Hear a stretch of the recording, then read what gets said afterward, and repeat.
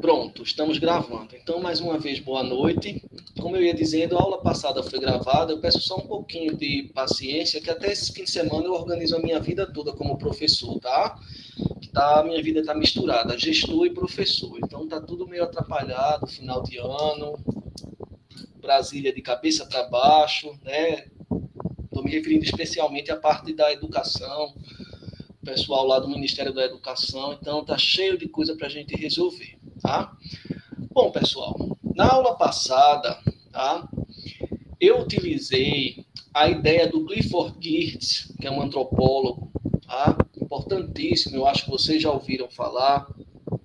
Quem não ouviu falar deve estar ouvindo falar logo, logo. Então, na aula passada, eu utilizei a ideia do Clifford Geertz, de que as culturas elas podem ser lidas como um texto escrito. Tá?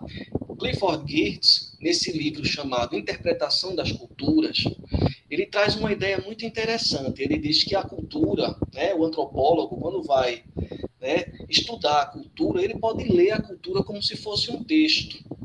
Então, Clifford Geertz, ele sugere que o antropólogo vá a campo, descreva tudo o que ele observou da cultura e depois, né, ele pega aquele texto que é a cultura e leia para interpretar a cultura. Tá? Então, eu utilizei essa tese do Clifford Geertz, que a cultura é um texto e pode ser lido, para pensar a ideia de que os museus, eles apresentam seus objetos de coleções como uma narrativa textual também, né?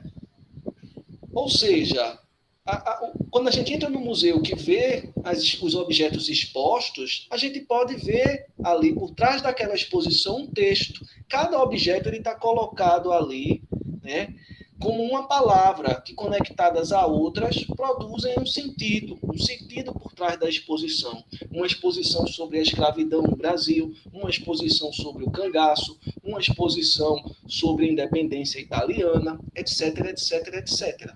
Tá?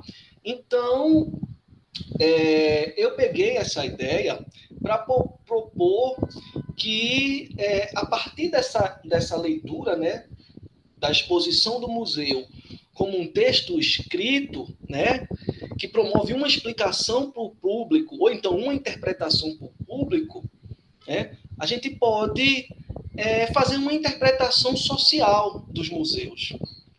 Então, quando a gente pensa que o museu é um texto escrito, que a exposição dos objetos no museu, ela pode ser lida como um texto escrito, que tem a finalidade racional de explicar, ou a finalidade reflexiva, né, de promover diversas interpretações. Quando eu sugiro isso, o antropólogo ou o cientista social, ele pode ler e interpretar o texto por trás de cada exposição museográfica, com o objetivo de compreender as representações da diversidade cultural nos museus. Em resumo, o museu, pensado desse modo, se torna um lugar ideal para análise do processo de apresentação e representação da diversidade cultural. Tá? Então, hoje, a gente viu isso na aula passada, só estou rememorando para a gente avançar.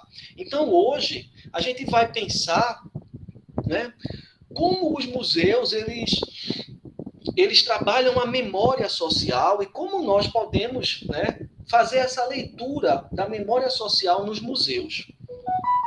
Né? Então, quando eu falo leitura da memória social nos museus, joguei o celular para longe para não me atrapalhar mais. Então, quando eu falo que é possível fazer essa leitura da memória social nos museus, tá? Eu preciso apresentar para vocês agora como a sociologia e a antropologia trabalham a memória. Né? Porque vocês são futuros antropólogos, sociólogos, eventualmente cientista político. Né? Mas todos podem trabalhar com o tema da memória social. Então, eu trouxe esse texto aqui do Fábio Daniel Rios, um texto muito interessante, chamado Memória Coletiva e Lembranças Individuais, a partir das perspectivas de Maurice Obvach, Michel Pollack e Beatriz Sarlo, que foi um texto publicado na revista Intratextos. um periódico científico do Rio de Janeiro. E o Fábio Daniel Rios, ele é sociólogo, né? Sociólogo, mas que contribui bastante para a antropologia, tá? Então, nesse texto, pessoal, do Fábio Rios, eu vou só fechar a janela aqui um minuto. Então, pessoal, esse texto do Fábio Rios, ele é um texto muito interessante para a gente entender a relação entre a memória coletiva e a memória individual a partir da obra de 3 autores, né, fundamentais para a gente pensar o modo como a antropologia e a sociologia trabalham a memória, né, que são esses autores que eu já falei, o Obvach, o Pollack e a Beatriz Sarlo. Tá? Lembrando que a ideia é a gente, né, se apropriar de mais uma ferramenta, memória social, para pensar o trabalho do cientista social no museu. Porque o museu, o que o museu é? O museu, ele é como se fosse um editor de texto da memória. Né? O museu, ele seleciona, a partir dos seus objetos, a partir, né, do seu acervo, a memória que ele quer produzir e apresentar ao seu público. A memória da independência do Brasil, a memória da abolição da escravatura, a memória social de temas que são temas importantes para nós, como brasileiros, cientistas sociais. Então, nesse texto, pessoal, o autor ele vai levantar algumas questões, que é o lugar que o indivíduo ocupa no processo de construção de uma memória. Qual o lugar que o indivíduo ocupa nesse processo de construção de uma memória? Outra questão interessante que o autor vai tentar responder para a gente é se existem lembranças puramente individuais ou o sujeito se encontra completamente submetido à lógica social. Ou seja, existe uma lembrança puramente individual ou só lembranças coletivas? O indivíduo, ele é capaz de formar memórias particulares, ele participa da formação da memória dos grupos. Quando a gente está um pouco assim, né, não foi introduzido ao tema, essas questões parecem questões bobas. É claro que o indivíduo forma uma memória, né, uma memória individual. Mas o jogo é pensar a relação entre as memórias sociais, o modo como os indivíduos se apropriam das memórias sociais, refletem sobre essas memórias e reproduzem, né, essas memórias no decorrer da sua vida. Tá? O que eu proponho é que a gente pense esse texto fazendo uma relação com os museus, que foi o que eu fiz. Tá? Então, primeiro, pessoal, vamos começar com esse clássico da antropologia e da sociologia, que é o Maurice Obvach, né? E o caráter coletivo da memória.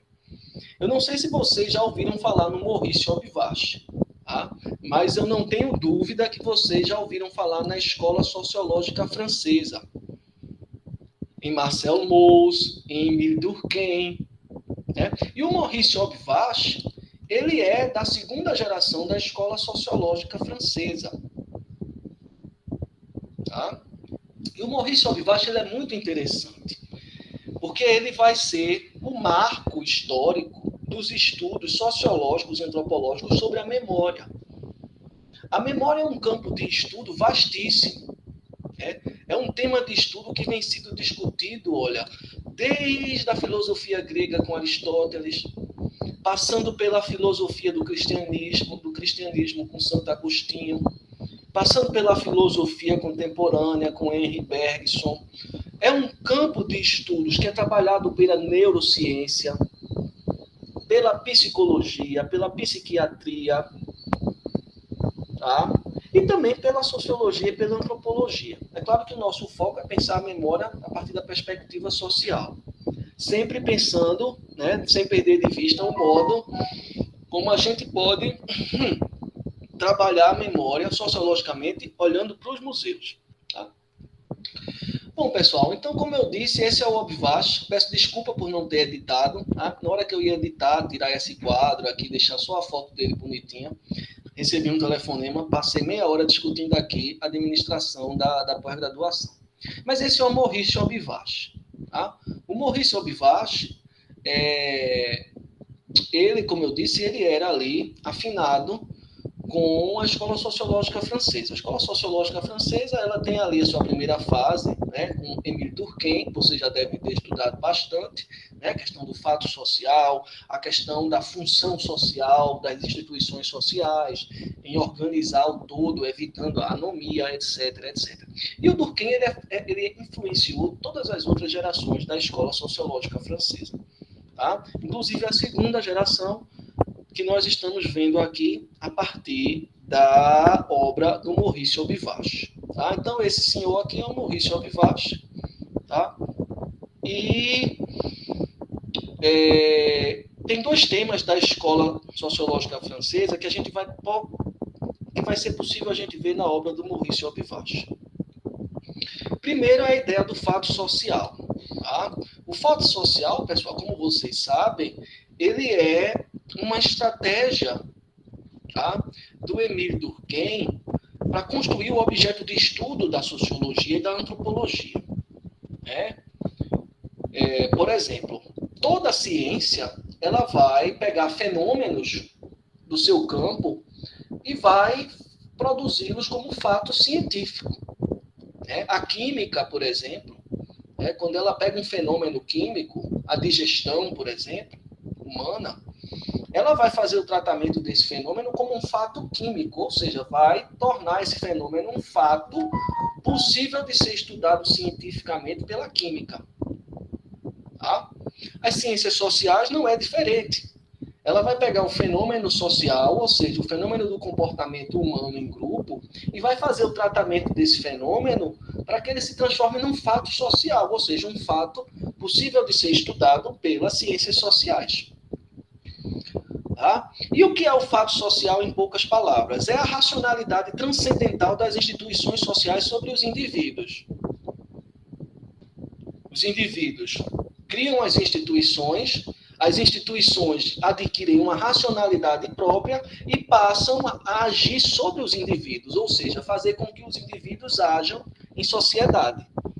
E aí tem essa ideia, né, de que a gente não age por vontade própria, a gente age, né, condicionado às instituições sociais que nós criamos e que adquiriram racionalidade própria e nos fazem agir em grupo. Tá? E uma outra ideia importante é a ideia de função social, tá? Que é a força que as instituições sociais exercem nos indivíduos para promover a ordem, evitando a anomia. Então, pessoal, essa ideia de função social é importante para a gente pensar a memória social. Né? Porque, segundo o Obivache, a memória social ela tem essa função de organizar a sociedade, né? E de manter, inclusive, a nossa sanidade. Né? É a memória, né, social, né, conhecimento que nós guardamos, que nós rememoramos, que mantém a nossa sanidade, ou seja, que nos mantém, né, organizados socialmente e mentalmente, com trabalho, com a família, que nós sabemos que temos o nosso trabalho, nossa família, nós organizamos o espaço social, né, no sentido de colocar ordem e significado no espaço, nos monumentos, etc, etc. Tá? Então, esse livro, pessoal, isso é só um preâmbulo, tá? Então, esse livro, pessoal, Memória Coletiva, do Maurice Obivache, que foi lançado na década de 50, ele tem um papel muito importante porque é ele que marca, tá, o surgimento de uma abordagem socioantropológica sobre a memória, que a gente interessa para a gente ter mais um elemento para analisar os museus, sociologicamente e antropologicamente. Então, segundo Maurice Obivache, a memória ela seria uma construção social, ou seja, ela se constitui a partir das relações que os indivíduos e os grupos mantêm entre si. Então, veja, quando o Maurice Obivache, ele, nas primeiras páginas do livro Memória Social, ele diz, olha, a memória é uma construção social. A memória ela surge a partir da relação entre os indivíduos e os grupos. E ela tem a função social de colocar ordem na vida social. Colocar ordem nas nossas relações. Então, quando o Maurice Obivache ele argumenta isso, ele está se distanciando dos estudos de biologia e de psicologia sobre a memória. Ele está dizendo, olha, existe uma dimensão psicológica da memória, né, que é você pensar como as sinapses, né, se conectam no cérebro e como você consegue rememorar situações, sejam elas conscientes e inconscientes. Né? E ele está se afastando da biologia também, né, que vai entender a memória a partir de uma análise, né, do cérebro. Biologia, não quer entender a memória, ela vai ver ali o cérebro, ela não vai pensar o corpo como um todo, ela quer analisar só o cérebro.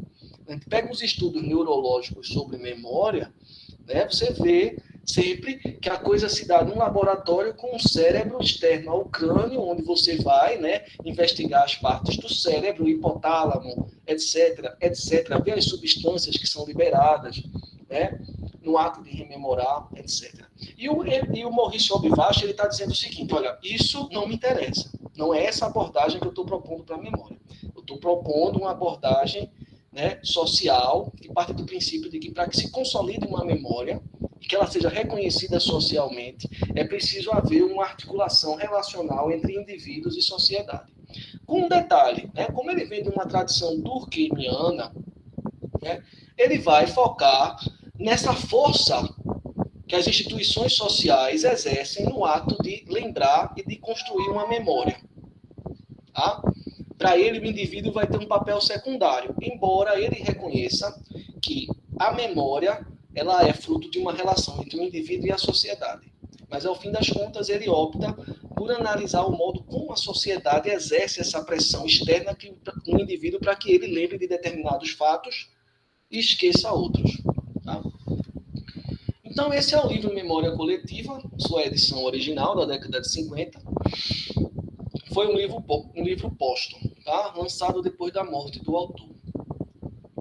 Então, segundo o Maurício Obvach, o indivíduo só é capaz de recordar na medida em que pertence a algum grupo social. O indivíduo isolado ele não forma lembrança, ou pelo menos não é capaz de sustentar suas lembranças por muito tempo, pois ele necessita, né, compartilhar suas lembranças com outras pessoas, com os testemunhos de outras pessoas, para ajudá-lo a rememorar e a consolidar uma sequência de fatos que ele rememora. Tá? Então, o que é que a gente entende por isso? As lembranças individuais precisam do testemunho das outras pessoas para se configurarem como memória coletiva ou social. Então, já estou antecipando aqui um pouco para vocês que, para o Maurício Obvach, o indivíduo ele não é capaz de constituir memória. O indivíduo ele tem lembranças. A gente lembra, segundo o Obvach, a gente lembra dos eventos, lembra das nossas experiências, mas para a gente constituir uma memória, a gente tem que compartilhar nossas lembranças com outras pessoas, para que essas lembranças sejam, né, ali colocadas em relação, para que a partir disso se configure uma memória. Então, um primeiro ponto, né, para Maurício Obvach, a lembrança ela é individual. E a memória, ela só se configura quando vários indivíduos compartilham sua lembrança sobre um determinado evento ou acontecimento, e a partir disso eles, em grupo, né, convencionalizam aquela lembrança como uma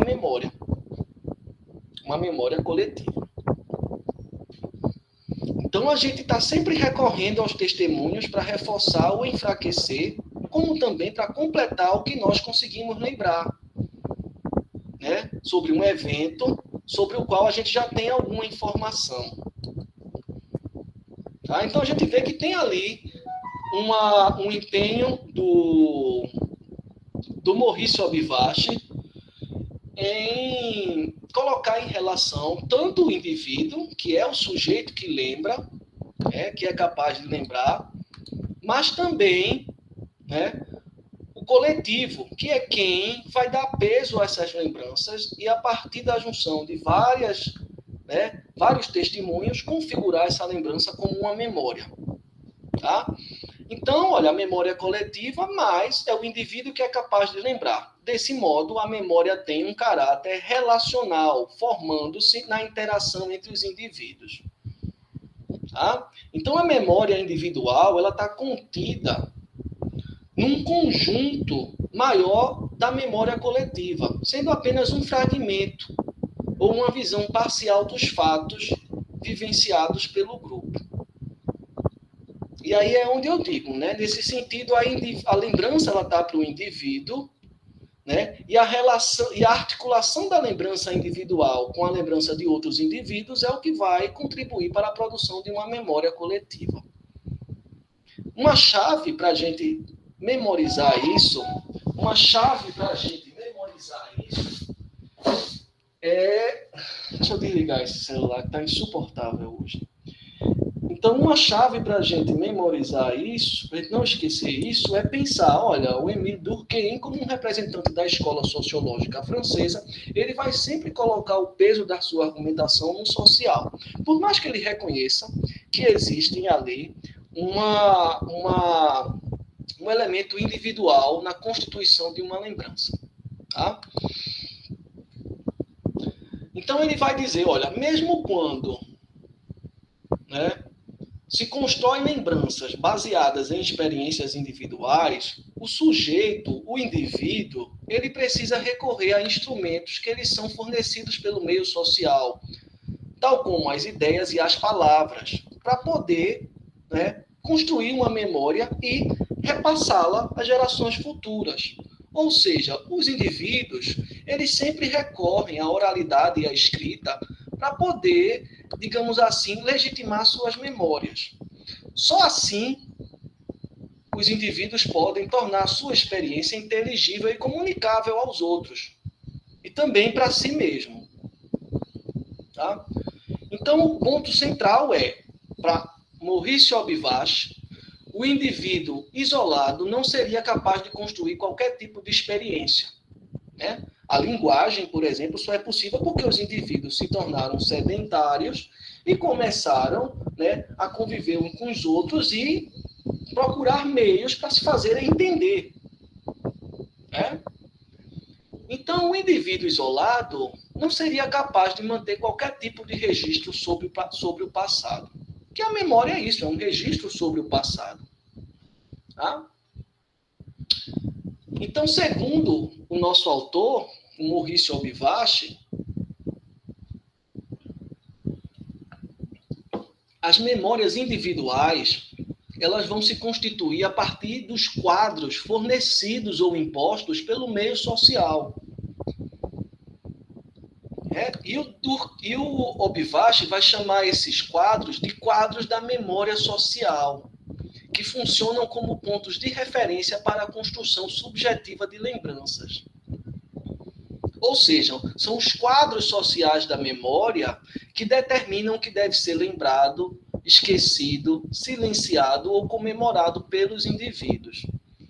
E, bom, existe uma instituição no Ocidente que ela é uma referência na construção de quadros sociais da memória. Essa instituição são os museus. Os museus, eles são instituições centrais na produção de quadros sociais da memória.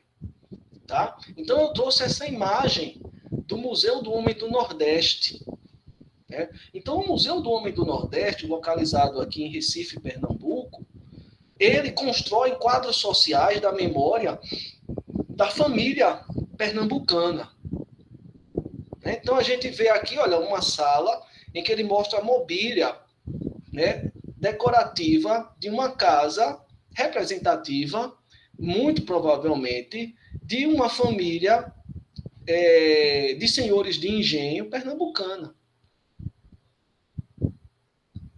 Ou seja, o trabalho dos museus é produzir quadros sociais de memória, ou seja, produzir, né, e editar as memórias coletivas que serão transformadas em referências para as lembranças individuais. Então, quando você, né, vem aqui no Museu do Homem do Nordeste, vai no Museu do Homem do Nordeste e consome esse quadro social de memória típico de uma família do Nordeste, você passa a remeter, né, sempre a essa imagem quando você recorda, né, digamos assim, do estilo de vida de uma família tipicamente da elite do Nordeste açucareiro. Bom, mas o Museu do Homem do Nordeste, ele constrói um quadro social da memória da vida do Nordeste como um todo. Nesse sentido, ele vai apresentar quadros sociais de memória representativos da elite açucareira do Nordeste, mas também quadros sociais da memória da vida sertaneja, né? Como essa sala aqui, que apresenta para a gente um quadro da memória, né, da vida no sertão de Pernambuco, que parece muito com a vida do sertão de Alagoas também. Né? Um carro de boi, tá? Um homem vestido com um gibão, com uma roupa de couro confeccionada para aguentar, né, tá ali abrindo trilhas na caatinga. Então, para os estudiosos do tema da memória social nos museus, né, as visões construídas sobre o passado, né, elas revelam muito sobre o passado e mais ainda sobre o momento presente. Né? A ideia, né, dos estudos de memória no museu é a gente olhar para o passado, mas mais ainda, pensar, né, como no presente essa memória está sendo produzida, essa memória está sendo trabalhada. Tá? Então, o Museu do Homem do Nordeste, ele propõe uma síntese, né, da memória do Nordeste, né, do estilo de vida das famílias do Nordeste, tentando englobar todas as representações que existem, né, tanto da elite açucareira quanto do povo sertanejo. Tá? Então, ele conecta tanto o passado como o presente. Mas quando a gente olha para esse quadro da memória social, ele revela muito do presente, ou seja, quem escreve a memória sobre determinado acontecimento ou evento. Então, a partir do passado, os objetos, os testemunhos sobre determinado acontecimento ou evento, no caso desse museu, sobre a família representativa, sobre o estilo de vida representativo do Nordeste do Brasil, né? É interessante a gente ver como no presente essa memória é produzida a partir de testemunhos e objetos do passado.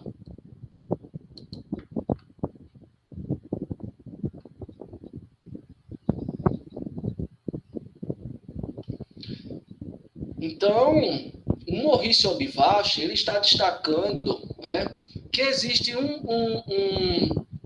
é interessante destacar, né, no Maurício Obivache, que existe um interesse sobre o modo como as memórias funcionam como instrumentos de organização social do tempo, especialmente do passado, do presente e do futuro. Tá? Então, Durkheim, Obivache. Então, Obivache, como ele é um representante da escola sociológica francesa, ele vai estar muito interessado em entender como a memória ela funciona como um instrumento de organização social, que conecta o passado, o presente e o futuro. Tá? Então, o Obivache ele vai argumentar justamente que a memória social tem a função, né, de impor ordem social sobre o tempo. Tá?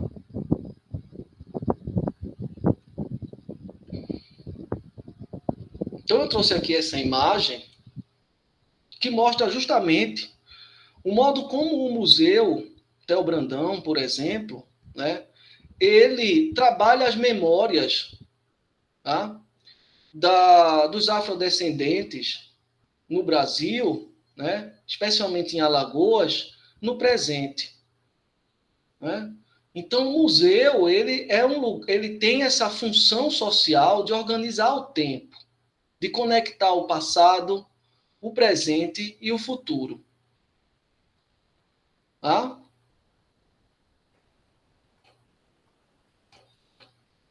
Então, eu trouxe essa imagem aqui do Museu Theo Brandão, que ilustra justamente o modo como esse jogo que conecta o passado, o presente e o futuro é trabalhado no museu e que ilustra, né, a função social do museu.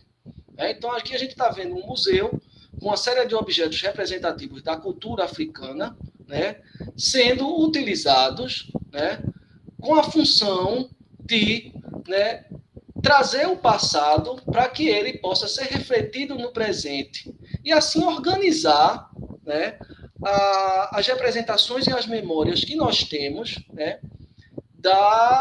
desse processo de construção da sociedade brasileira a partir de diferentes etnias, diferentes grupos étnicos. Tá?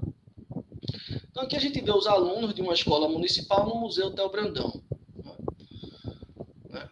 Aqui a gente consegue ver justamente a função social do museu em promover um elo entre o passado e o presente. Tá? Então,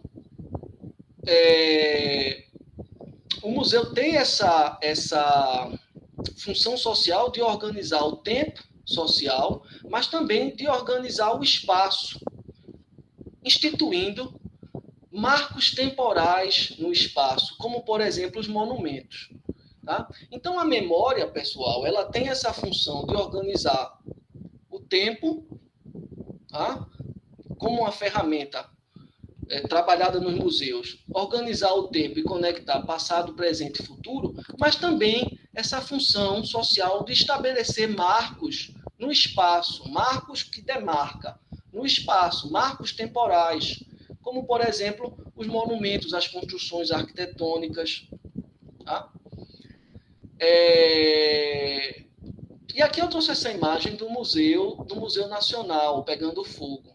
O Museu Nacional, ele é um marco da memória do Estado brasileiro, é um marco da nação brasileira.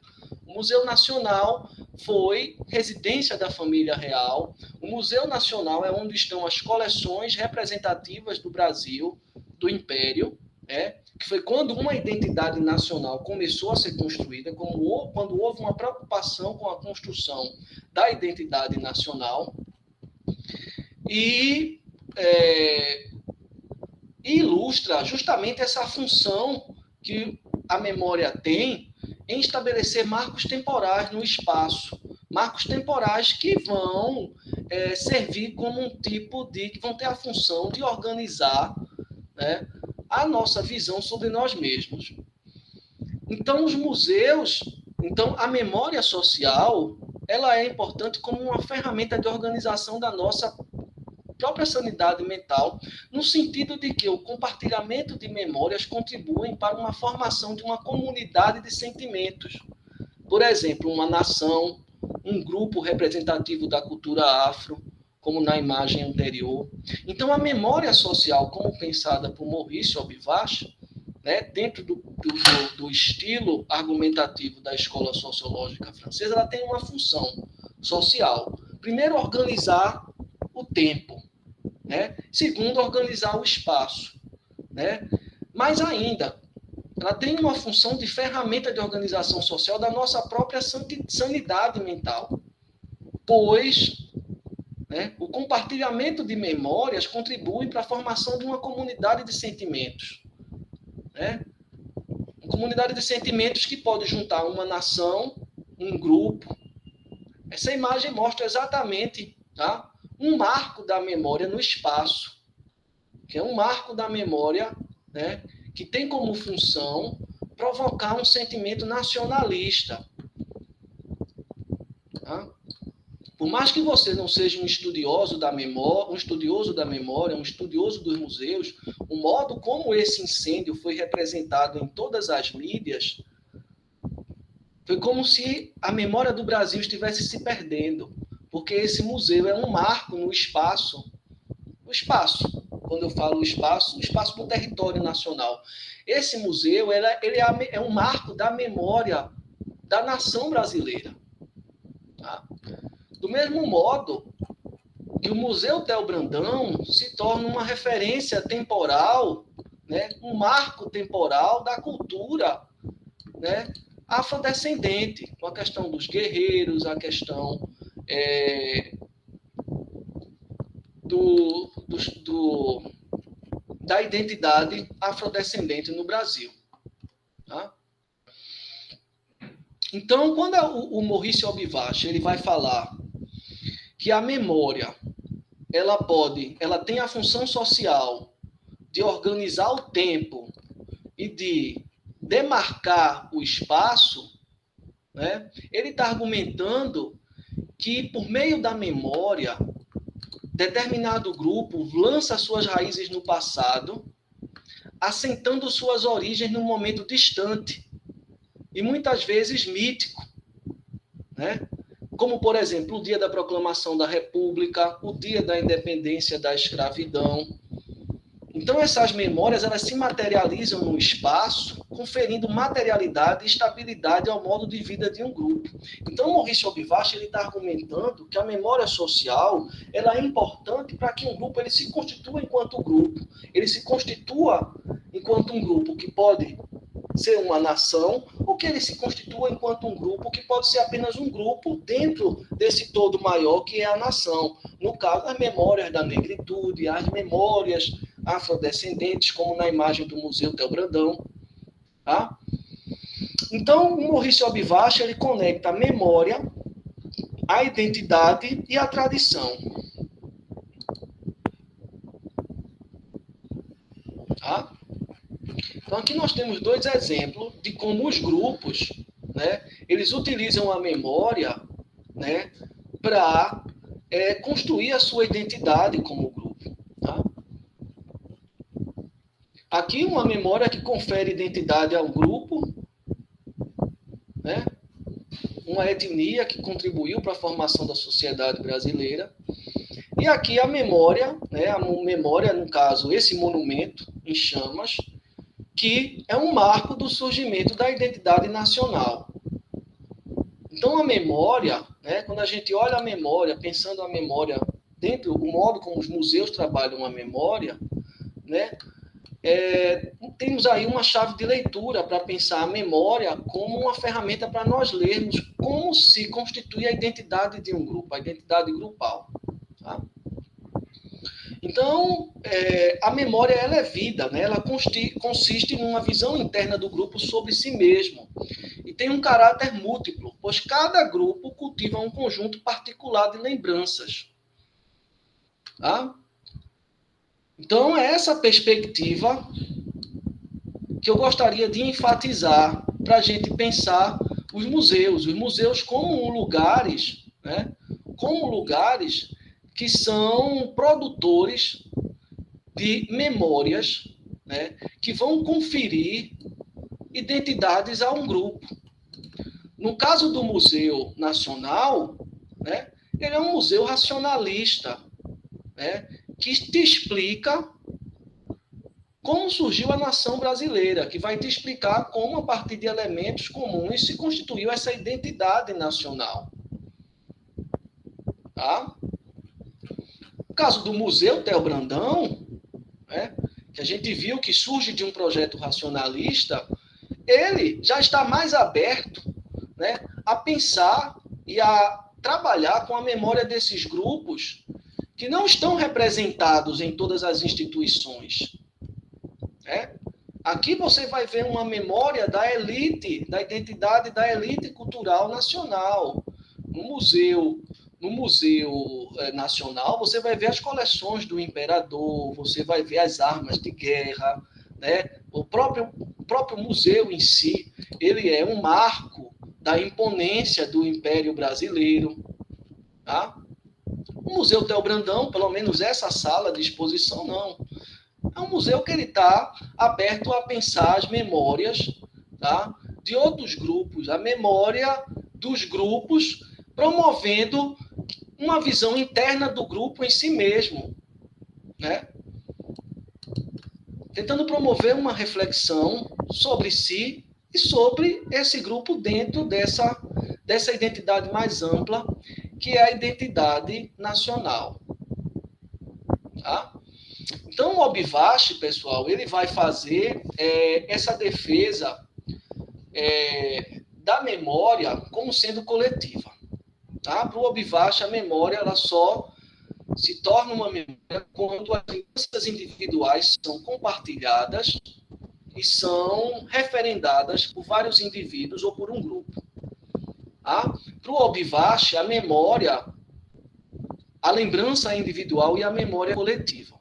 Tá? E para o Obivash, há uma diferença entre a memória, tá, e a história.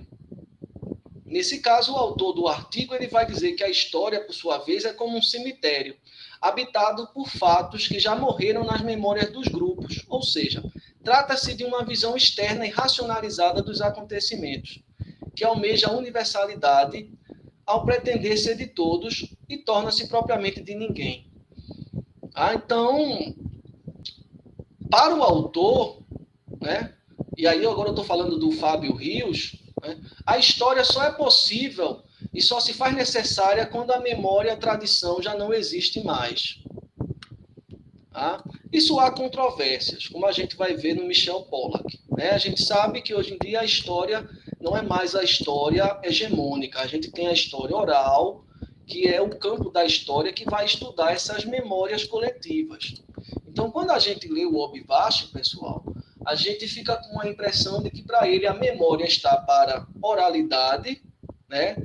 E a memória coletiva, ela é um momento em que os indivíduos compartilham, né, as suas lembranças por meio da oralidade, mas também recorrendo a documentos históricos que confiram autenticidade e veracidade às suas lembranças.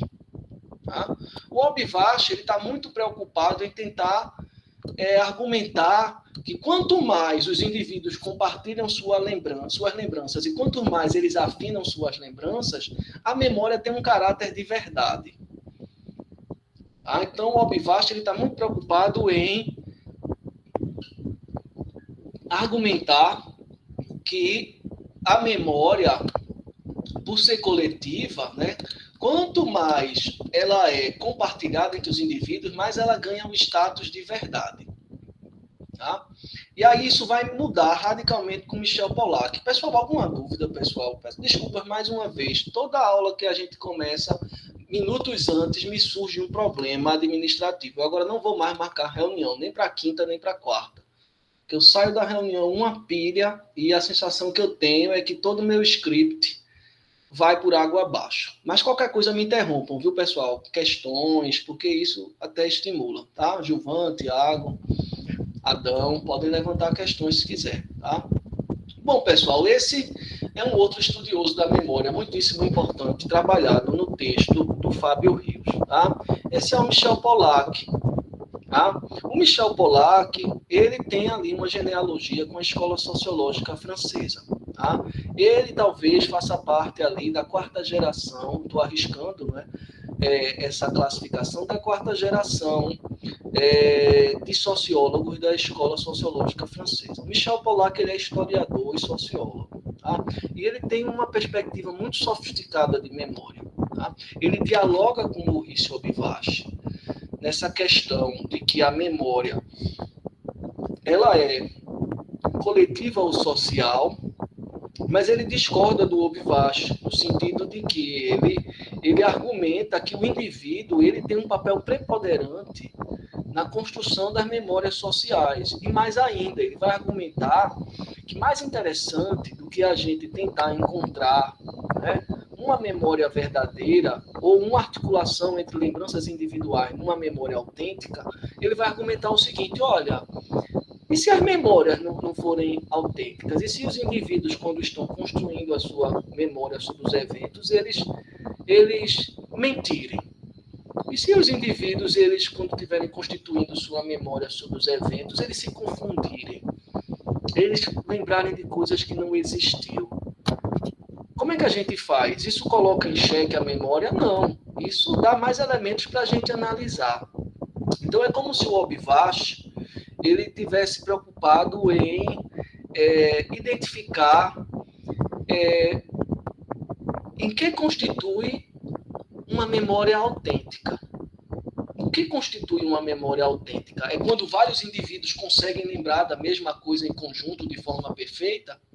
E o Michel Pollack vai dizer, não, olha, mais interessante do que a gente pensar uma memória autêntica é a gente ver esses processos que envolvem lembranças erradas, lembranças corretas, que envolvem confusões mentais, que envolvem ali contradições entre várias pessoas. Mais interessante para a gente entender a construção de uma memória social é a gente ver como ela se produz, e não a gente pegar uma memória acabada e querer argumentar que ela é autêntica ou não. Então, Michel Pollack ele é muito interessante. Ele é francês também, né? Por isso que ele é de uma geração posterior à geração do Maurice Obivache, dentro dessa genealogia da escola sociológica francesa. E ele é muito interessante porque ele vai dar o pontapé, uma inicial, né, na transformação dos estudos de memória. Tá? Então, embora o Obivache ele tenha iniciado a sua reflexão sobre memória na primeira metade do século XX, né, o Michel Pollack, a partir dos anos 70, ele vai, junto, estabelecer um diálogo com o Obivache, né, e propor uma reviravolta nos estudos de memória, tá? Trazendo a história, né, a museologia e as ciências sociais para um diálogo bastante interessante. Tá? Ciências sociais, especialmente a antropologia e a sociologia. Né? Lembrando que ele é historiador e sociólogo. Tá? Então, em linhas gerais, tanto Michel Pollack quanto Maurice Obivache, eles estão partindo do princípio de que a memória é um fenômeno coletivo. Tá? É uma construção social. Tá? E justamente por ser uma construção social, a memória envolve um processo de escolha. Construções sociais são falhas, a gente erra. Né? Já que a memória é uma construção social, então ela é um processo de escolha que pode ser parcial, ou seja, não é completo e seletivo. Então a memória ela é seletiva e ela é parcial. Não existe uma memória total sobre determinado evento. Não existe uma memória unívoca, verdadeira sobre determinado evento. A memória é fragmentada, é parcial, ela é seletiva. A gente escolhe o que quer lembrar, a gente exclui o que não quer lembrar. Muitas vezes de forma inconsciente, às vezes de forma consciente, né? A partir da memória a gente pode se trazer legitimidade para falar sobre determinados assuntos. Né? Eu estava com uma orientação de uma dissertação de mestrado bastante interessante, que tinha um diálogo entre uma mãe e o filho. E a mãe era uma artesã, e ela estava dizendo, não, eu lembro que eu aprendi a fazer artesanato olhando a minha família, que fazia artesanato, e aí, a partir disso, eu aprendi. Aí o filho dela disse, não, a senhora, eu lembro que a senhora fazia artesanato aprendendo com a vizinha aqui.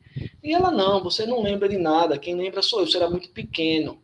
E aí eu fiquei pensando, olha só como a memória, ela é, né? Ela é contraditória. A senhora, ela está trazendo elementos que não são precisos, para conferir a ela uma legitimidade para falar sobre o tema.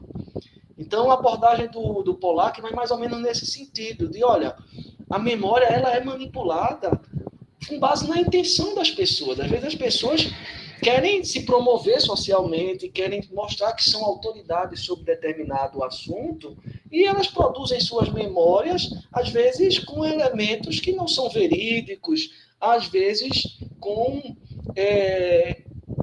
trazendo situações que elas lembram de forma equivocada. Isso não quer dizer que a pessoa é uma mentirosa, não.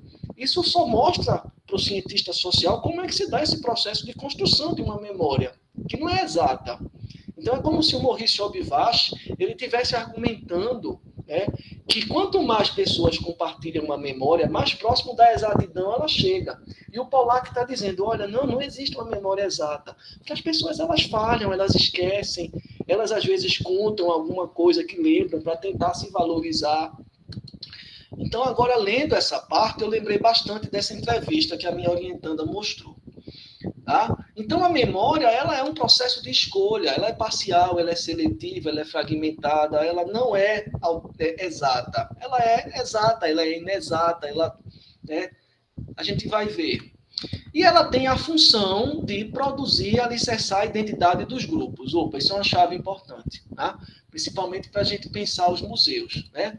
Isso é uma chave importantíssima para a gente pensar os museus. Quando o Michel Pollack diz, olha, a memória é uma construção coletiva que envolve um processo de escolha parcial e seletivo. Olha, quando os museus trabalham com a memória, eles têm que fazer essa seleção. Olha, qual é a memória que a gente quer produzir? É a memória que a princesa Isabel, muito sensível à causa, lutou e conseguiu promover a abolição da escravatura, ou a gente quer promover uma memória que enaltece a luta dos ex-escravos para forçar a abolição da escravatura? Então, os museus vão trabalhar a memória desse modo, um processo seletivo. Quem o museu quer representar? Qual memória o museu quer representar? E, além do mais, a memória tem uma função social fundamental, que é juntar pessoas em prol de uma identidade de grupo. Né? Quando a gente começa a rememorar, né, que se junta em grupo, que começa a rememorar coisas que passamos juntos, coisas que aconteceram junto, a gente está construindo uma identidade comum, afinidades. Né? Afinidades. E para o grupo se manter coeso, a gente tem que estabelecer marcos temporais e espaciais. Olha, lembra do dia que nós nos juntamos como grupo, né, que foi quando foi proclamada a independência do nosso território? Aquele dia é um marco. A gente não pode esquecer daquele dia. Se a gente esquece, corre o risco da gente no futuro se desagregar como grupo. A memória tem essa função social de, né, promover a identidade, estabelecendo marcos tanto temporais quanto espaciais. Temporais no sentido de, né, evocar uma temporalidade que vem sido silenciada. A escravidão no Brasil é um trauma para o país, é uma memória traumática. A gente tenta silenciar ela. Não, o Brasil é o país do samba, do carnaval. Não vamos evocar a memória negativa da escravidão, que colocou os afrodescendentes numa situação horrível de trauma. Vamos exaltar as coisas positivas. Né? Então, a memória, ela é utilizada desse modo. Né? E os museus, né, como uma instituição social, quando o museu ele vai trabalhar a partir dos seus objetos, as identidades dos grupos que representam o Brasil, ele vai fazer esse processo de escolha, sendo parcial e seletivo. Sejam museus racionalistas, que querem explicar a verdade por trás da identidade nacional, sejam museus com experimentos reflexivos, que querem justamente mostrar uma série de tradições de grupos que são marginalizados, entre aspas, dentro da sociedade brasileira. Então, o Michel Pollack ele tem uma argumentação muito sofisticada para a gente pensar a memória e mais ainda para a gente pensar como os museus trabalham as memórias. Por mais que ele não fale sobre isso, o autor, o Fábio Rios, não traga isso nesse texto. Bom, para o Pollack, né, o indivíduo também é capaz de formar e acessar memórias. O Obivash ele faz uma discussão meio confusa entre o indivíduo, a memória individual, a lembrança individual e a memória coletiva. Mas na minha leitura do Obivash, eu vou ver se a gente vai ler o Obivash ainda, eu estou pensando, eu acredito que não, acho que a gente vai ler o Pollack. Na minha leitura, o Obivash, a lembrança é individual, e a junção de várias lembranças individuais forma uma memória coletiva. Né? Para Pollack, o indivíduo ele é um mero marionete, né, que vai reproduzir as memórias coletivas. Né? Para Pollack, não. Para Pollack, o indivíduo ele é capaz de formar e acessar memórias. participando ativamente da construção das recordações do grupo. Então, o indivíduo ele vai administrar as influências que vão lhe chegar de fora do grupo e construir suas próprias recordações. Então, eu trouxe essa imagem aqui dos filhos do Holocausto. Foram crianças, né, nessa imagem aqui, que não viveram a experiência traumática de um campo de concentração, mas que perderam toda a sua família num campo de concentração. Tá? Então, esses indivíduos, eles se apropriaram das memórias que eles receberam a partir de toda a comunidade judaica, a partir de todas as pessoas que sofreram os traumas do Holocausto, e herdaram essa memória e reproduzem essa memória do Holocausto, mesmo sem tê-la vivido diretamente. Tá?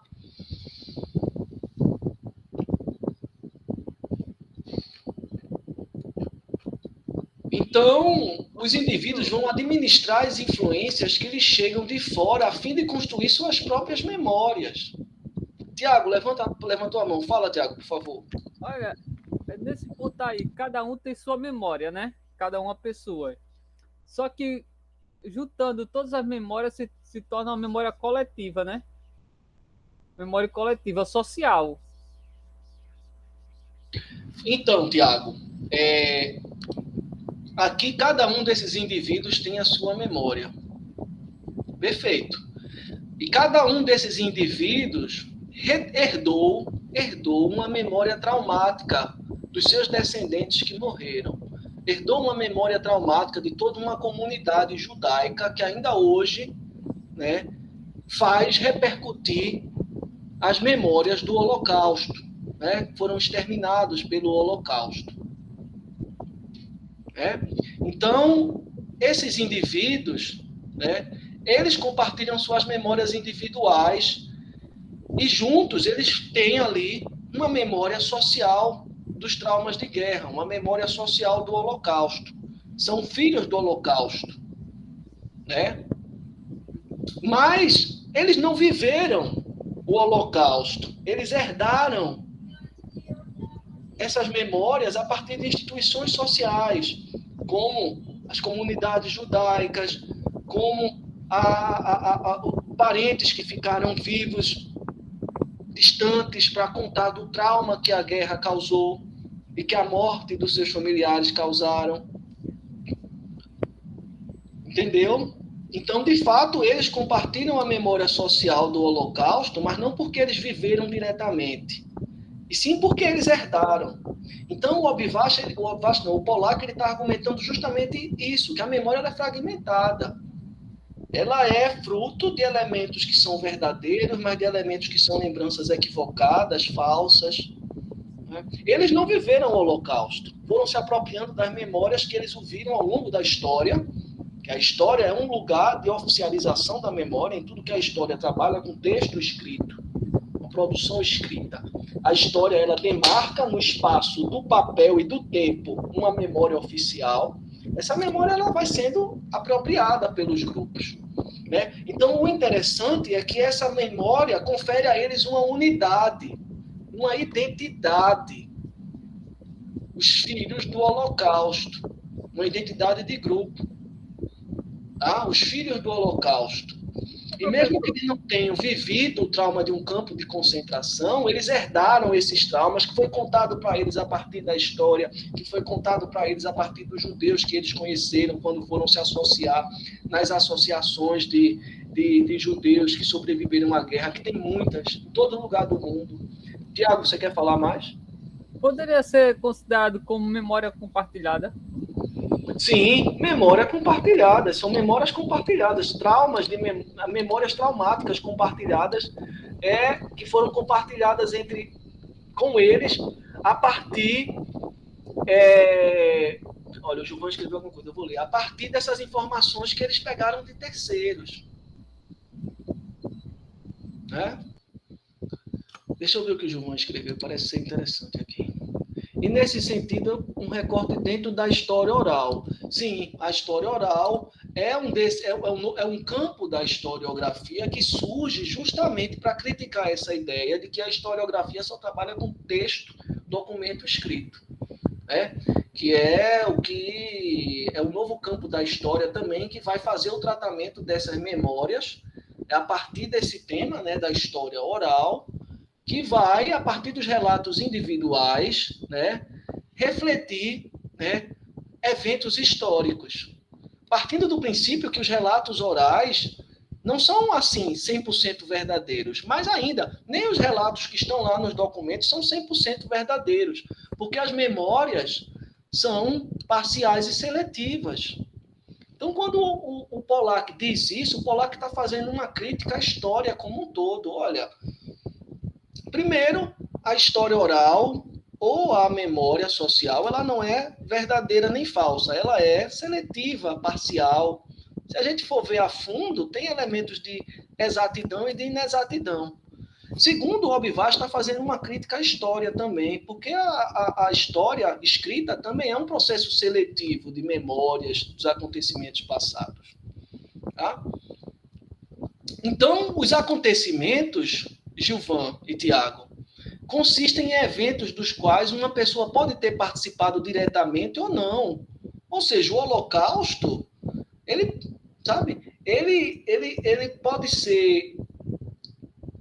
foi um acontecimento, né, que envolveu pessoas que participaram diretamente do Holocausto, que estiveram presas nos campos de concentração, mas que também não estiveram lá, que vivenciaram aquela memória de forma herdada, a partir do pertencimento de determinado indivíduo a um grupo. Essas crianças aqui foram acolhidas pela comunidade judaica. Vocês sabem que quando a guerra acabou, a comunidade judaica sempre teve uma articulação muito forte economicamente, né? Ainda, inclusive, foi muito criticada, porque não se articulou para poder forçar o fim do Holocausto, né? Demorou, na verdade, a se articular por meio dos Estados Unidos, mas a comunidade judaica ela é muito articulada, conseguiram, inclusive, um território próprio lá em Israel, depois da guerra, como um tipo de indenização pelos traumas de guerra. E essas pessoas, elas herdaram essas memórias de outras pessoas. Essas crianças, como eu disse, não necessariamente viveram um campo de concentração, mas passaram a vida inteira escutando as memórias traumáticas dos seus parentes, as memórias traumáticas da comunidade judaica e da história sobre os seus parentes que foram mortos no campo de concentração. Então, elas começaram, né, a introjetar essas memórias a ponto de falar dessas memórias como se eles tivessem vivido diretamente, mas eles não viveram diretamente, né? Então, a memória social, ela pode consistir em eventos dos quais uma pessoa não participou diretamente, mas eles têm a memória do Holocausto, porque indiretamente eles perderam todas as suas famílias, né? Precisaram ser adotados por outras pessoas, etc. Tá?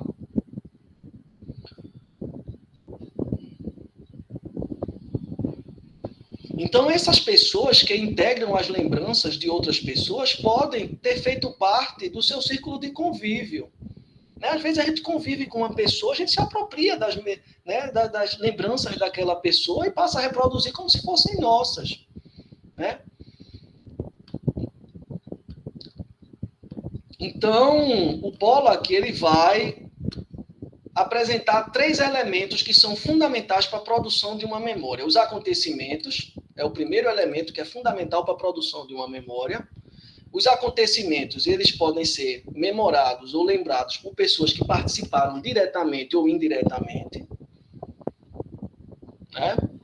Os personagens, então, para ter uma memória, é preciso que exista um acontecimento, é preciso que tenha uma pessoa para lembrar e é preciso que tenha um lugar de referência de onde aconteceu determinado evento para que as pessoas possam utilizar como referência na rememoração.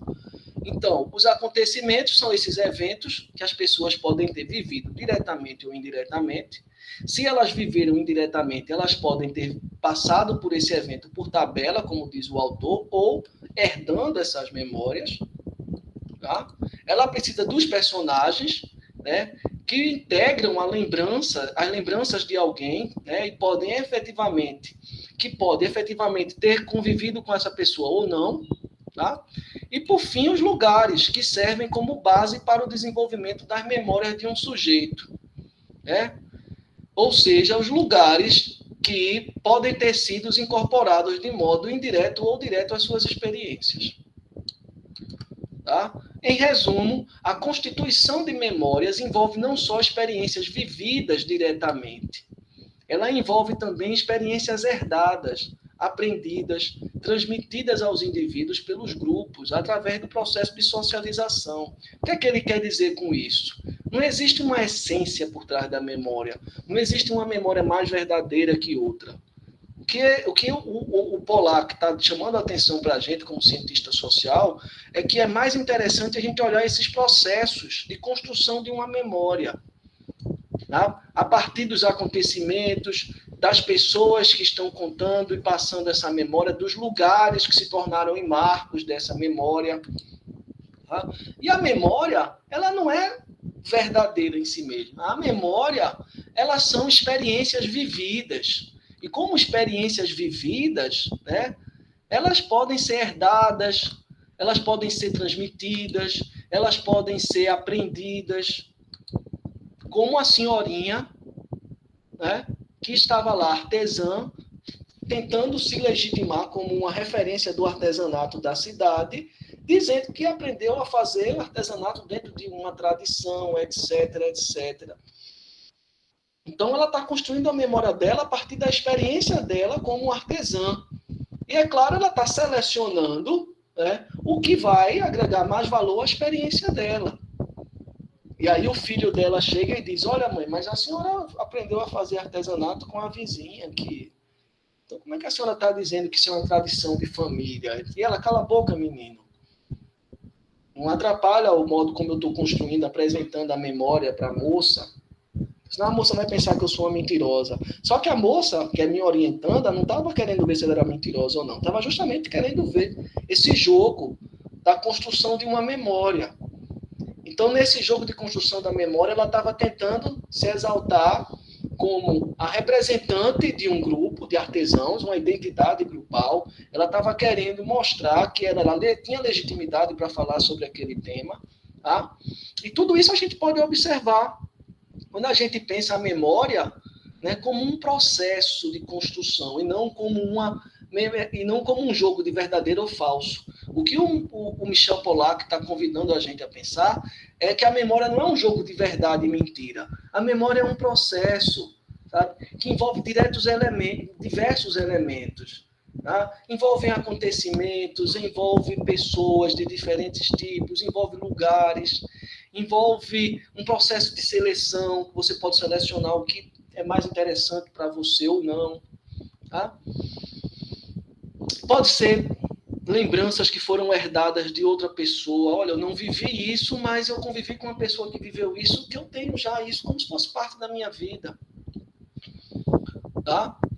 Então, o Pollack ele vai argumentar que, mesmo os acontecimentos, as pessoas e os lugares que compõem as experiências dos indivíduos e dos grupos, são alterados quando registrados na forma de lembrança, não correspondendo, né, de modo totalmente fiel à realidade. Então, as memórias podem ainda envolver elementos que transcendem o espaço e o tempo de duração das vidas dos indivíduos e grupos, evocando passagens míticas, fantásticas. As memórias podem se basear em fatos reais ou não, como a memória dessa senhorinha. A memória dessa senhorinha estava baseada, né, porque ela aprendeu a fazer artesanato numa tradição familiar. Mas o fato é que ela aprendeu com a vizinha. Depois a gente descobriu que ela, quando era criança, mais jovem, que ela ficava sozinha em casa, ela ficava com a vizinha. Que a vizinha era quase como uma segunda família dela, que ela ficava lá com a vizinha e aprendia a fazer artesanato. Então, ao fim das contas, ela estava só editando a memória, né? Olha, eu aprendi como uma tradição de família. E não precisa dizer que foi uma tradição de família que eu aprendi com a vizinha. A vizinha era parte da minha família, mas o filho dela se atravessou na conversa e quis meio que sugerir que a mãe estava mentindo. Mas a mãe ela estava construindo a memória, né? Justamente para mostrar que ela é uma grande artesã, que ela é uma referência, que ela é representativa de um grupo maior, né? De artesãos da cidade. Oi, Tiago, pode falar. Nesse ponto aí, ela já tinha como verdade por ser criança, né? E o convívio, por ser criança, ela poderia pensar que aquela ali já era a mãe dela. Aí a memória dela se misturou quando era criança. Pode ser, é uma explicação plausível, pode ser, que também serve para a gente lançar luz sobre como se produz uma memória a partir de fatos reais ou não, a partir de confusões, e às vezes as confusões mentais não são de má fé, não são de má fé. No fim das contas, a gente entendeu, quando a gente perguntou outras coisas, que há uma relação familiar que transcende o núcleo familiar, pai, mãe e filho. Né? Nessas comunidades, há uma relação familiar, que o vizinho às vezes faz parte da família, que é agregado de outras formas, etc. O foco é a gente não associar memória a um jogo de verdade e mentira, e que só a memória mais afinada com a verdade, ela deve ser levada em conta. Não, memória é um processo vivo, é um devir, é algo que está em processo. Né? E quando você rememora determinados acontecimentos, né, você se confunde. Você, às vezes, age de má fé para tentar construir uma memória que passe a sua imagem de forma melhor, ou a imagem daquele evento que você viveu de forma melhor. E o jogo não é apontar, ela está mentindo, ela está falando a verdade. O jogo é a gente identificar o processo por trás da construção de uma memória. E no caso dessa disciplina, o jogo é dar elementos para a gente, né, que tem interesse, né, em olhar sociologicamente ou antropologicamente para essas instituições produtoras de memória, os museus, o modo como eles fazem esse processo seletivo de escolha de uma memória que vai ser representada naquele espaço ou não. Tá? A ideia não é dizer essa memória é verdadeira ou falsa, é justamente mostrar que diversas possibilidades, uma memória ela pode ser produzida de diferentes modos, ela pode ser escrita de diferentes modos. Tá? Então, o processo de constituição das lembranças dá lugar a invenções, confusões, imprevistos, projeções, incoerências, o que pode ocorrer de modo deliberado, ou seja, de modo voluntário, ou não, de modo inconsciente.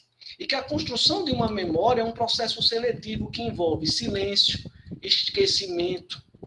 Você edita o que você quer exaltar, o que você quer esquecer. Tá? Então, primeiro ponto, a memória ela é um processo, ela não é estática, ela é um processo. Mesmo as memórias que levam o selo da história, de memórias reconhecidas como oficiais, né? Como a memória da independência do Brasil, a memória da abolição da escravatura, que tem ali um selo de autenticidade conferido pelas instituições produtoras de memória nacional, elas são um processo de edição, que envolve confusão, invenção, né? Projeções equivocadas, às vezes má fé. E cabe ao cientista social que estuda a produção de memória, seja nos museus, seja a partir de grupos de artesãos, seja a partir de grupos que passaram por trauma, de tortura na ditadura, etc, etc, etc. O papel do cientista social não é apontar o dedo para a verdade ou mentira, é ver como funciona esse processo de edição, né, e de produção de uma memória, a partir desses elementos, né, fragmentados, confusão, esquecimento, silenciamento, experiências herdadas.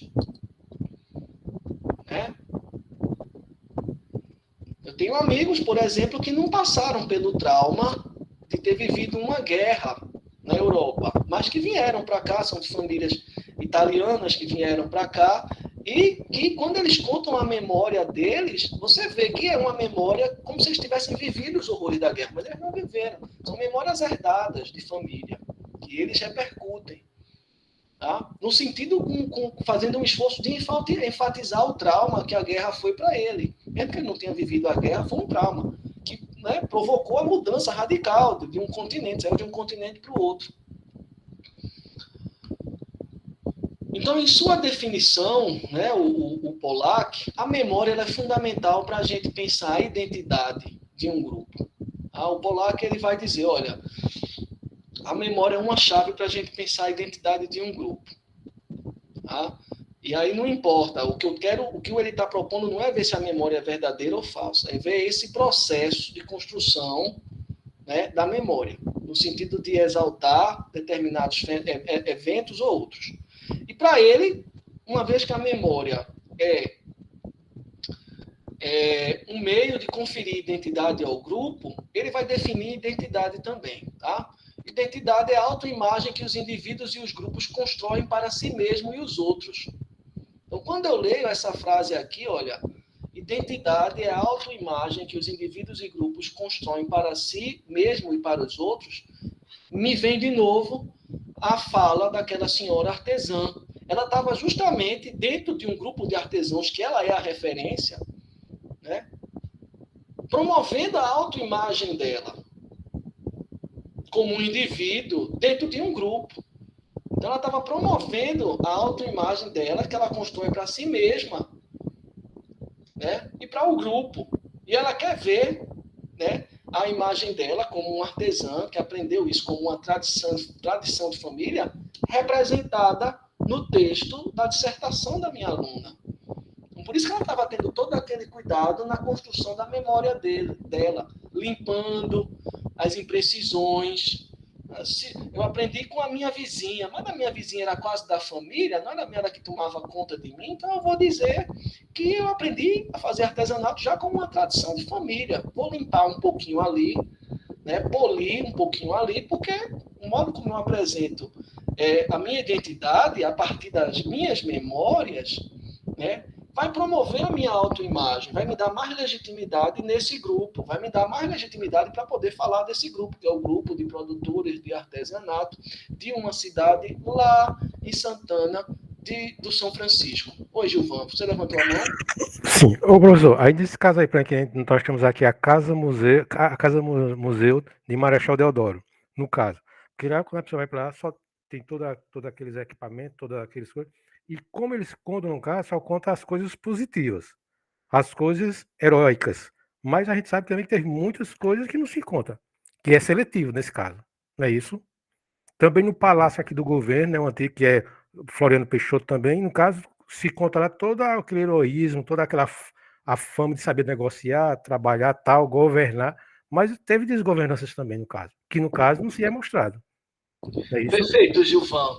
É como se esses dois museus que você falou, o Palácio do Governo e o Museu Casa Marechal Deodoro, eles estivessem trabalhando na produção de uma memória, né, pensando em construir uma memória, né, verdadeira sobre determinados acontecimentos. E nesse processo de construir uma memória autêntica, verdadeira, eles fazem um trabalho bruto de polimento, né, bruto de polimento das incoerências, exaltando a imagem, né, dessas personagens que eles querem, né, apresentar de forma heróica.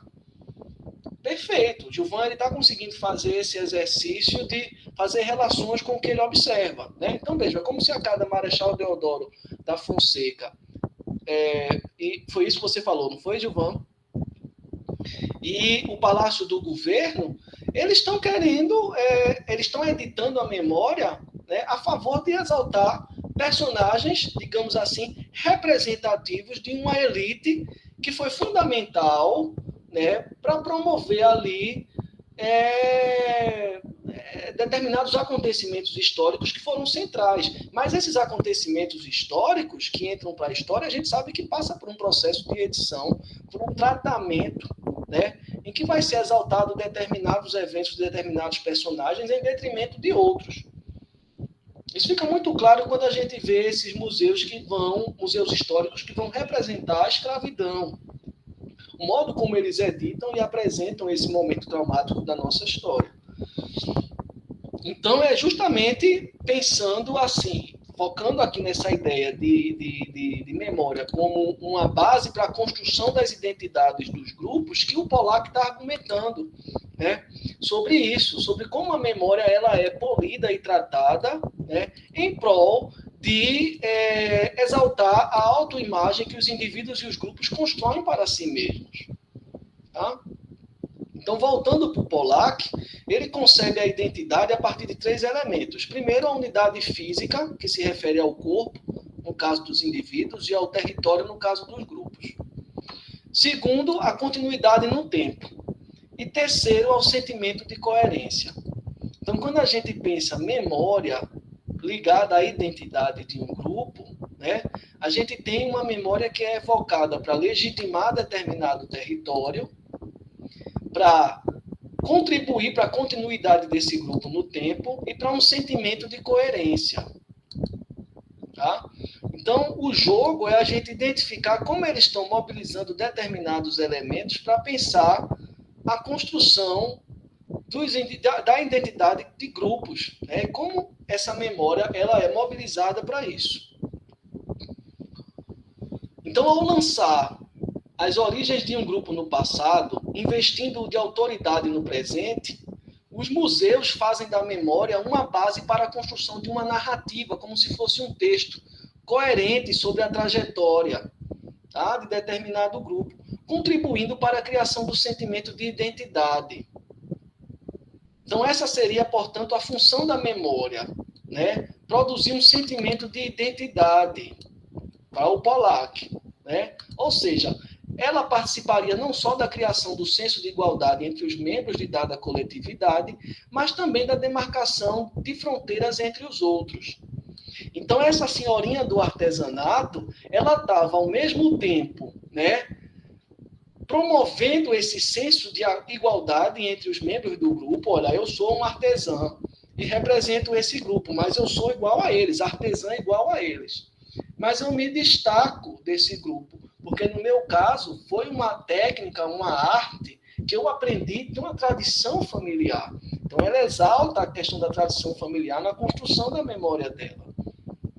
Ou seja, a memória ela é uma reconstrução do passado realizada a partir dos interesses e preocupações dos grupos e dos indivíduos no presente. A memória ela não é produzida, compartilhada sem interesse. A memória, você vai buscar elementos do passado, mas você vai organizar esses elementos do passado a partir dos teus interesses e preocupações no presente. Então, qual era a preocupação do presente dessa senhorinha? Era se legitimar como uma referência do grupo, né, como um patrimônio vivo do grupo. Então, ela constrói essa memória dela para se legitimar no presente. Então, a memória não é coisa do passado. A memória você vai buscar elementos do passado, mas para apresentar no presente. E o presente você tem os interesses do presente que vão guiar a edição dessa memória, né? E os museus fazem isso. Do mesmo modo que essa senhorinha fez, os museus eles fazem isso. Os museus são as instituições que vão ser a vitrine da edição de uma memória de um grupo, né? Tem que olhar para o Museu Nacional, o Museu do Homem do Nordeste. Tá? Então, isso confere um caráter circunstancial e mutável à memória, pois ela se encontra sempre num processo de reinterpretação e mudança. A memória está sempre num processo contínuo de mudança. Ela não é estática. Ela está sempre se transformando, agregando diferentes elementos. E é isso que o Obivash vai chamar de processo de enquadramento. Obivash vai falar de quadro social da memória. Quadro social da memória é quando os grupos e os indivíduos selecionam alguns elementos da memória como, né, digamos assim, mais autênticos do que outros. O processo de enquadramento do Pollack é outra coisa. Ele encontra-se na base da formação de memórias de caráter hegemônico. Então, o Pollack ele vai dizer, olha, a memória ela passa por um processo de enquadramento. E o que é esse processo de enquadramento? É quando um grupo hegemônico, o Estado-nação, por exemplo, né, vai fazer o tratamento da memória e vai fazer uma edição, né, de acordo com seus interesses. Então, vai ter um enquadramento da memória. Tá? E esse enquadramento é feito de acordo com os interesses do grupo dominante. Quem é o grupo dominante de um Estado-nação? É a elite política e econômica. Né? Como a gente pode ver no Museu Nacional. O Museu Nacional, você vai ver representado elementos da cultura africana, da cultura indígena, mas você vai ver esses elementos da cultura africana e indígena que são utilizados para produzir a cultura africana e indígena de forma secundária, como se eles fossem exóticos. O forte do Museu Nacional é exaltar, né, o Império e o Exército brasileiro. Então você vai ver as múmias de Dom Pedro II, que era digamos, um intelectual que colecionava objetos caríssimos, que ia para a França, para a Europa, articular coisa, pegar coleções. Você vai ver as armas de guerra que eram utilizadas, né, para mostrar, né, a força do Império Brasileiro. Isso é um processo de enquadramento em que você vai exaltar determinados elementos da memória nacional em detrimento de outros. Não, os povos indígenas e os povos africanos estão aqui porque são exóticos, porque contribuíram ali com trabalho para, né, formar a nação, mas quem contribuiu mesmo para a nação foi o exército e a coroa portuguesa. Coroa portuguesa, na figura do intelectual Dom Pedro II, e o exército para impor a ordem através das armas. Né? Mas, ao mesmo tempo que há esse processo de enquadramento, que o Pollack vai chamar a atenção para a gente, existe uma série de memórias subterrâneas, ou seja, que são as memórias dos grupos marginalizados, das minorias políticas, dos segmentos mais pobres, dos movimentos sociais, né? Que são memórias que são reprimidas justamente porque tendem a apresentar um aspecto traumático de determinado evento. O caso da escravidão, isso fica muito evidente. Né? O Museu Nacional, ele não vai exaltar as lutas que haviam dos escravos para ficarem independentes. Ele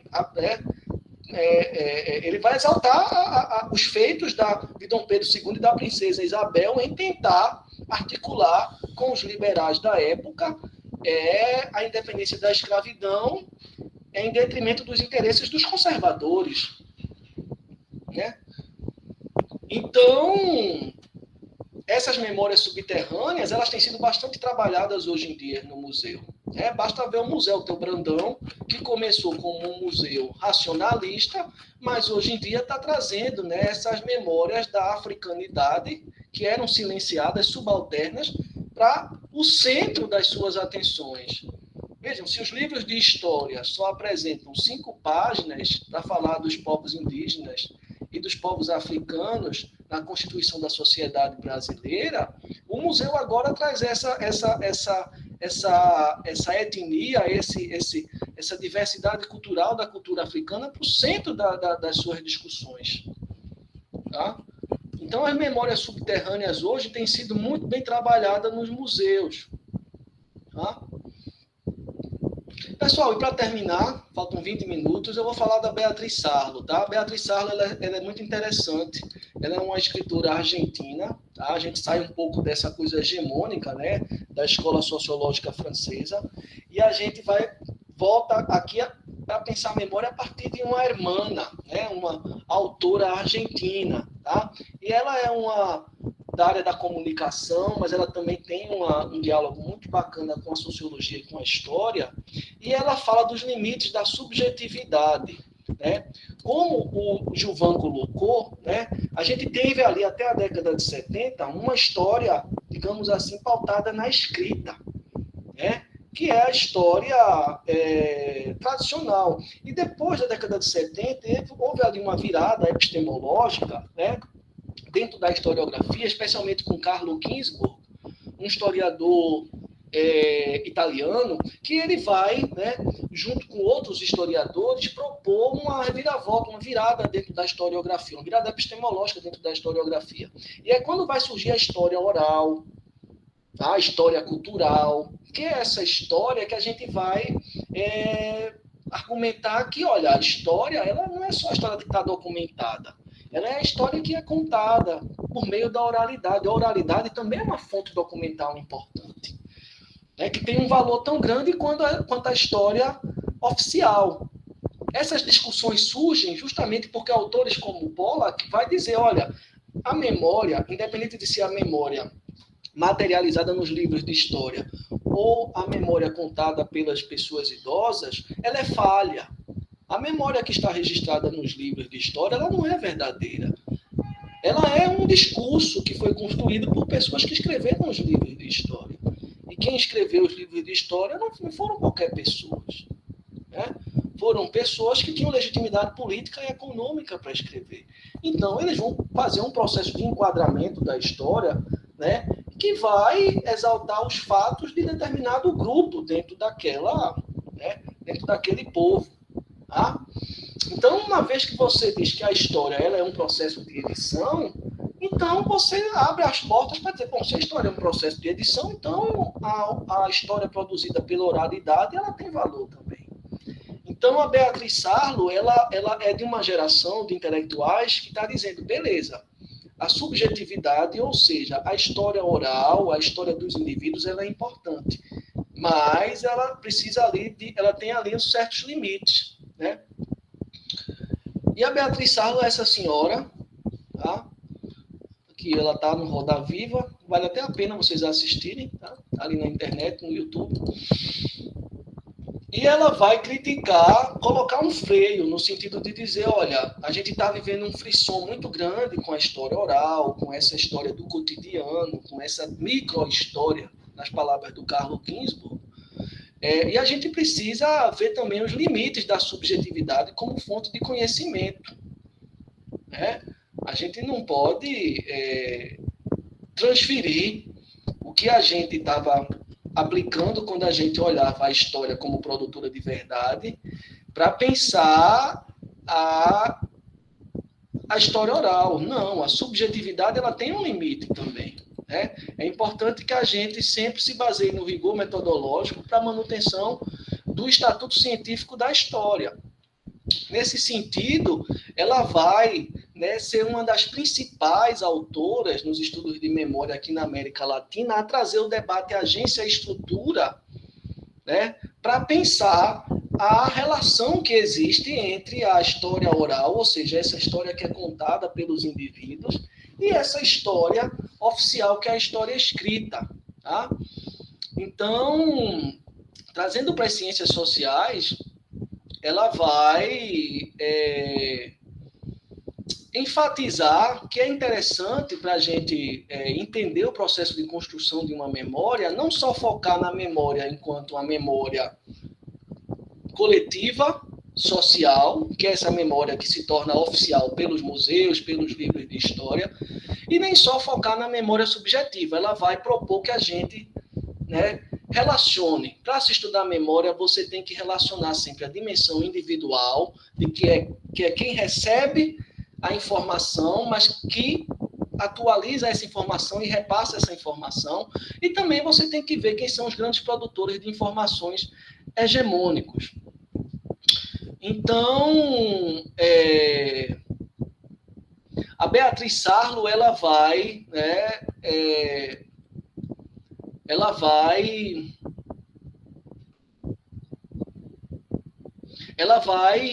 exaltar essa preocupação que os estudos históricos teve com os pequenos grupos, né, os grupos subalternos, em relação aos grandes nomes públicos, aos grandes grupos hegemônicos. E ela vai enfatizar justamente que o jogo é a gente olhar não apenas para os grupos hegemônicos ou para os grupos subalternos, mas olhar o modo como eles se relacionam na construção de uma memória social. Tá? E aí ela vai falar sobre como esses grupos, como os museus, não como os museus, mas como a historiografia tem trabalhado essa relação, né, entre uma história hegemônica e uma história subalterna. E aqui eu trouxe essa imagem do Museu do Cangaço, tá, para pensar justamente como os museus têm relacionado, né? A gente tem uma narrativa histórica muito grande, que é possível até observar nos museus, né, que é a coisa do banditismo como algo nefasto, algo terrível, né? Mas se a gente ouve as pessoas que estavam ali, né, descendentes de famílias que trabalharam, que atuaram no cangaço, a gente vai ver materializado essa ideia central de que a história e a memória, ela tem ali diversas possibilidades de serem contadas, tá? E para fechar aqui de forma mais rápida, pessoal, porque o tempo está passando e já tem um barulho insuportável aqui, ela vai trazer, né, a ideia de discurso para a gente pensar a memória, tá? E ela vai falar, olha, um antídoto para essa valorização já exagerada da subjetividade é a ideia de que a memória, assim como toda a experiência, né, ela apresenta um caráter discursivo. Desse modo, as lembranças só se constituem como memória quando assumem a forma de uma narrativa, organizando os acontecimentos da vida pessoal em torno de alguns princípios que transcendem os indivíduos e conferem sentido social às trajetórias individuais. Nesse sentido, a experiência, né, ela só existe quando ela é formada por um relato que está inserido dentro de determinado discurso. Tá?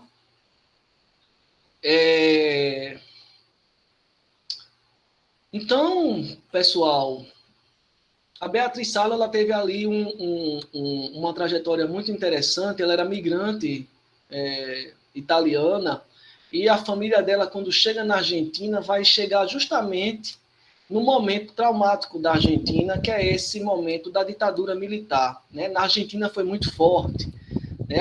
Em todos os países da América Latina, mas na Argentina também foi muito forte a ditadura militar argentina. Tá?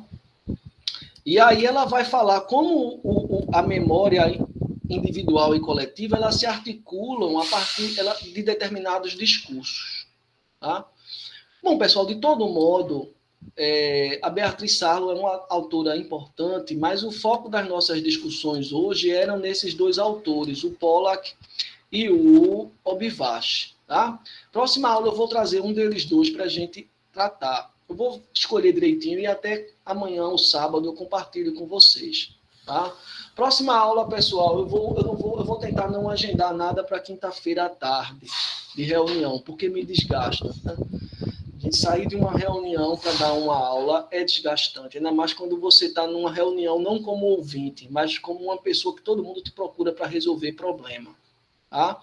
De todo modo, pessoal, vamos levando a disciplina sempre de forma leve, tranquila. A próxima aula a gente vai ainda continuar nesse tema da memória.